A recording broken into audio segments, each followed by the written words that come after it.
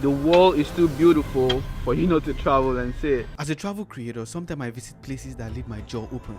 Places that don't even feel real until you see them with your own eyes. But what if I told you some of the most unreal places on earth is not in Europe, it's not in Asia, but it's right here in Africa? Places where the desert meets the ocean, where lava still boils beneath your feet, where wild animals roam freely, and where history, beauty, and danger all exist within the same breath. This place is surreal. I guess this is paradise, eh?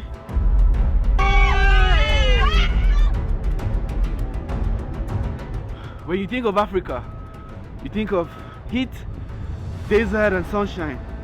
But what if I told you there's a country where it snows? This isn't your typical travel list. Are you sure we're going to make it out alive here? We made it! Hey. Oh my God!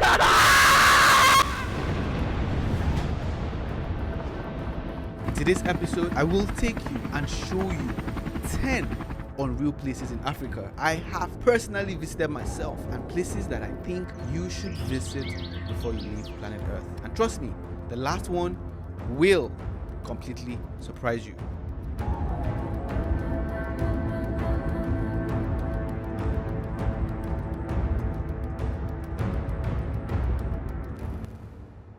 So let's start somewhere most people have never even heard of. The first unbelievable place on the list is the village of Santo Antao. It is hidden deep in the Atlantic Ocean, a place that feels like a completely different planet. It is almost untouched by time. You get these massive volcanic mountains and deep green valleys, and these tiny villages that are carved into the cliffs. Those houses are literally hanging on cliffs, and the locals have adapted to this way of living for many generations. Farming on steep terraces, carrying goods across mountain paths. Life here is physically demanding but incredibly peaceful. This is the kind of place that you only get to read about in books, but yet it exists in real life.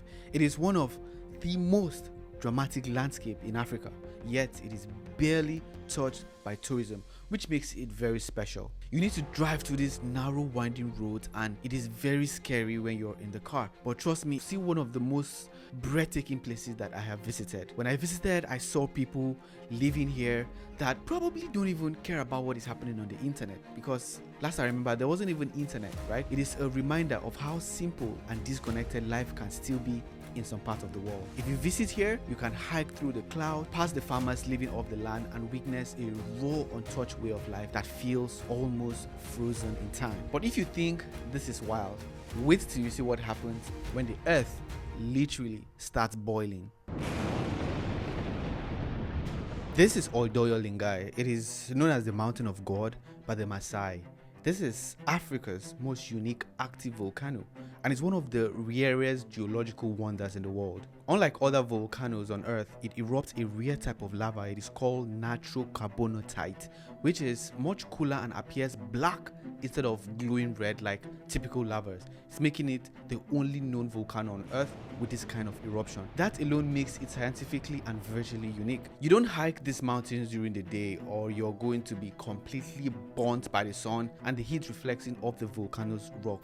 You start at midnight, at least that's what I did. I hiked up for 6 hours starting at 12 midnight so I could catch the sunrise by about 6:30 a.m. climbing steep loose volcanic ash in total darkness. How frequently do you bring clients up here? More than 100 times. 100 times? Yeah. So you've done this for more than 100 times? Yeah. Because guys, listen, we're working and this gentleman is not even breathing, because we're like and he's like, I'm like, how are you able to do it? But he's been up 100 times. You can imagine how fit this young man is. This experience itself is just as extreme as it sounds. Why? Because by sunrise, you're standing at the top, staring into boiling lava with stream rising and the smell of sulfur in the air. It is breathtaking. Even the sunrise makes it even beautiful. And from up here, you're going to realize something. Africa doesn't just have extremes, it has contrast. It is the most extreme climb I have ever done in my life, and I dare you to try it.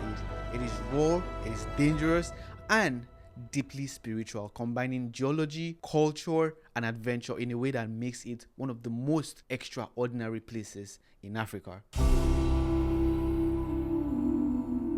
On the dunes now called Big Daddy. It's the name of the dunes. I don't know exactly how high it is. Number 3, just a few countries away, you'd find a place where time stands still in the middle of the desert. This is the oldest desert in the world, estimated to be over 50 million years. You're going to see massive sand dunes, some of the tallest in the world, rising out of nowhere like waves frozen in time. It is called Sossusvlei. Here, you'd find what I like to call the Mount Everest of desert. Sand dunes so high that they tower over skyscrapers, especially Dune 45 and the Big Daddy. They are so high that even maybe not up to Burj Khalifa. And also a white clay pan filled with dead trees that are over 900 years old, frozen in time because it is too dry for them to decay. Also in Namibia, you'd find Sandwich Harbor, one of the very few places in the world where the desert meets the Atlantic Ocean in the most dramatic way possible. I got to drive on the shores with dunes on the side and waves crashing on the other side. I was told it is very dangerous. Your car can get easily stuck or swallowed by the ocean if you don't time the tides correctly. So an experienced driver is absolutely needed. Have you ever been stuck in the sand before? Yes, sometimes it can happen anytime, and you must be calm. Whatever happened, just be calm. You know, when you're calm, you can get through many things like this. Is one of the obstacles you can go through. Okay. It is silent, it is surreal, and it's almost unreal. But Africa isn't just about silence. Sometimes it is loud, powerful, and impossible to ignore. This waterfall, it's called the Matoka Gorge, where the Zambezi plunges into the gorge. This waterfall, they call it the smoke that thunders. The sheer force of the Zambezi River crashing down creates a massive cloud of mist that can rise hundreds of meters into the air and can be seen from miles away. And when you stand in front of Victoria Falls, you're going to understand why. It is the largest curtain of flowing water on earth, stretching over 1.7 kilometers wide. During peak flow, the waterfalls become so powerful that you can barely see through the spray, creating rainbows and even a constant rain in the surrounding rainforest ecosystem. Zambezi travels from the northern parts of Zambia through Angola, then it comes through the Quadra Point, the only place in the world where 4 countries meet: Zimbabwe, Zambia, Botswana, and Namibia. Passes through there, back into Zimbabwe, while Zambia is on the other side, all the way through to Mozambique. But it travels about 2,700 kilometers from source to the Indian Ocean. What makes it even more extraordinary is you can experience it up close, from walking through the misty rainforest path to swimming in the edge in Devil's Pool, literally inches away from the drop. A lot of people have done this. I know you guys even saw I Should Speak did it.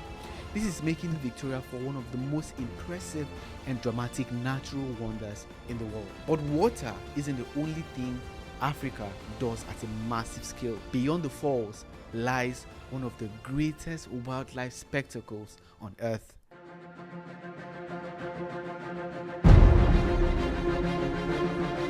We made it to Serengeti.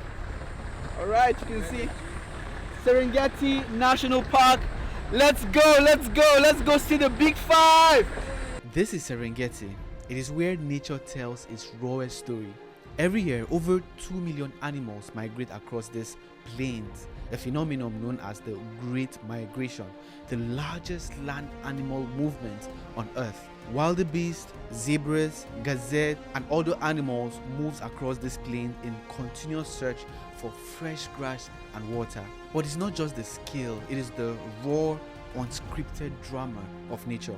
If you go on a game drive, which I did, you can watch predators like lion, cheetahs, and crocodile hunt their prey, turning the landscape into a real-life wildlife documentary where survival plays out every single day. Very interesting animals, but I always wonder, like, how do they sleep with such very long legs and long neck like that? Giraffes don't sleep like human beings, lay down full body, is because their heart is so huge, because it is used to pump blood all the way to the brain and other parts of the body. River crossing alone are intense, with crocodiles waiting at the herd's attempt to cross. The Serengeti's vast open plain also mean you can see wildlife as far as your eye can reach, with no fence or barriers, making it one of the few places left where nature still operates exactly as it has for thousands of years. But wait till you stand face to face with one of the rarest creatures on earth, one that is quickly getting extinct, the mountain gorillas. Look at this.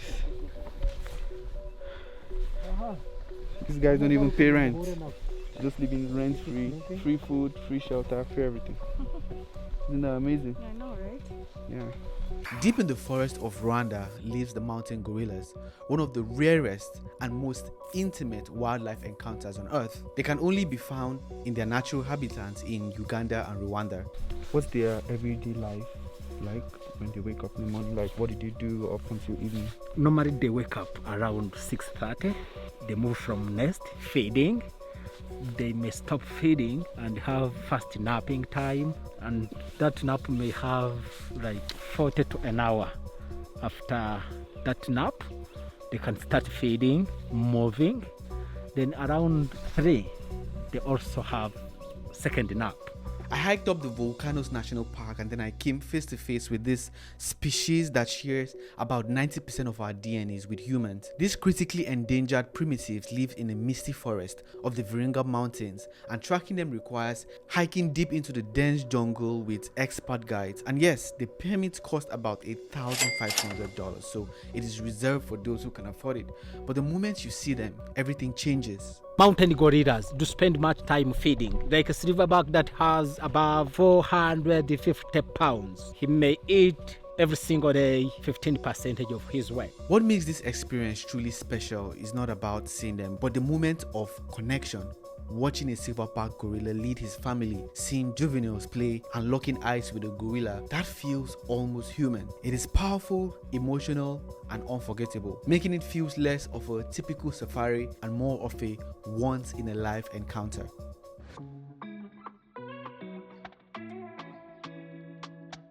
Let's visit Clifton, one of the most expensive places in Africa. You're going to find luxury homes carved into the cliff, overlooking the Atlantic Ocean with breathtaking views of the sunset. People that own here are investors. Probably want to put money into real estate and get some returns of some sort. Definitely. Business orientated, a lot of internationals.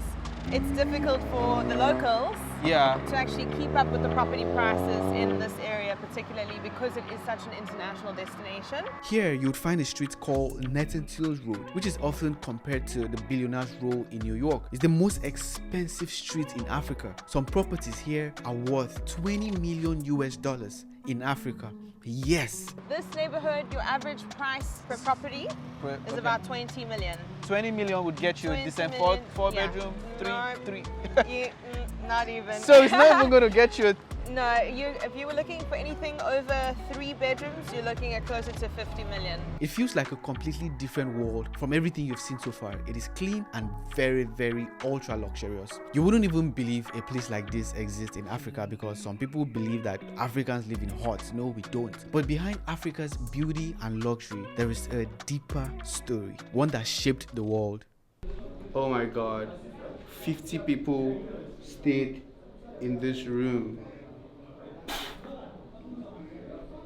Wow. Slave trade is one of the most painful chapters in African history.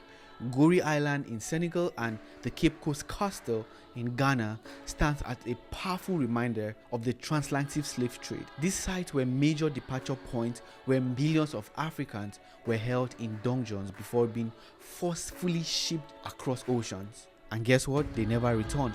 The door of no return today still stands there, but mostly as a touristic site. Walking through these spaces, you don't just see history, you feel it. You see the tight cells, you see the silence. Literally where they would get their ventilation from, which is very awful. And this little space inside there that looks like a cave is where the children would stay. The emotional weight of what happened here. Unlike typical travel destinations, their significance isn't about beauty or adventure, but about memory, reflection, and understanding a painful chapter that shaped the modern world. These places hold one of the darkest chapters in African history, and standing there, you are truly going to feel it, which makes it one of the most unreal places to visit.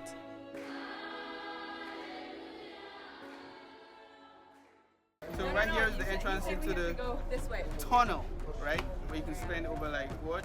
20 minutes going up, coming down. I'm not sure, 30 minutes, depends on how fast you are. And the top 9 on the list of unreal places that exist in Africa is the Pyramids of Giza. They are unique because they are the only surviving wonder of the ancient world, standing over 4,500 years with a level of precision that still puzzles modern day engineers. It was built without modern day technology. The Great Pyramid was once the tallest man-made structure on earth for nearly 4,000 years.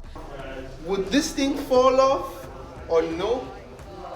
But I mean, it's been here for like what, thousands of years, so why is it exactly right now that it's going to fall off? But it is aligned almost perfectly with the cardinal direction, north, south, east, and west. The sheer scale, millions of massive stone blocks, and the mystery behind how they were constructed continue to spark debates. Beyond their engineering brilliance, they represent power, belief, and advanced knowledge of great ancient Egyptian civilization, making them not just monuments but one of the greatest unsolved achievements in human history. guys, if you're tall, don't do this. Don't do this, just stay away, enjoy the video online and say cheese, right? Because I'm not even tall and I'm struggling. So people like Kevin Hart or Kai Sinek, they're gonna enjoy this because they could literally just be working, you know? And just when you think you have seen it all, there's one more place that completely flips your expectation.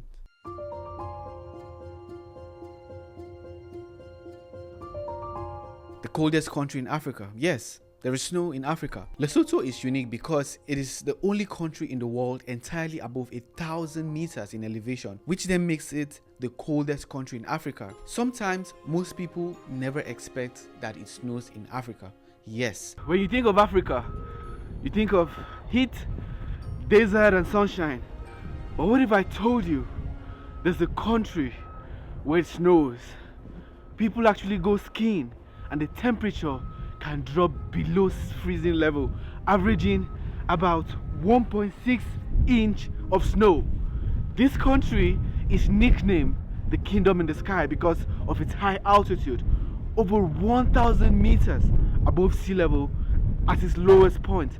And I'm standing right now at 3,222 meters above sea level. I think I'm closer to God right now.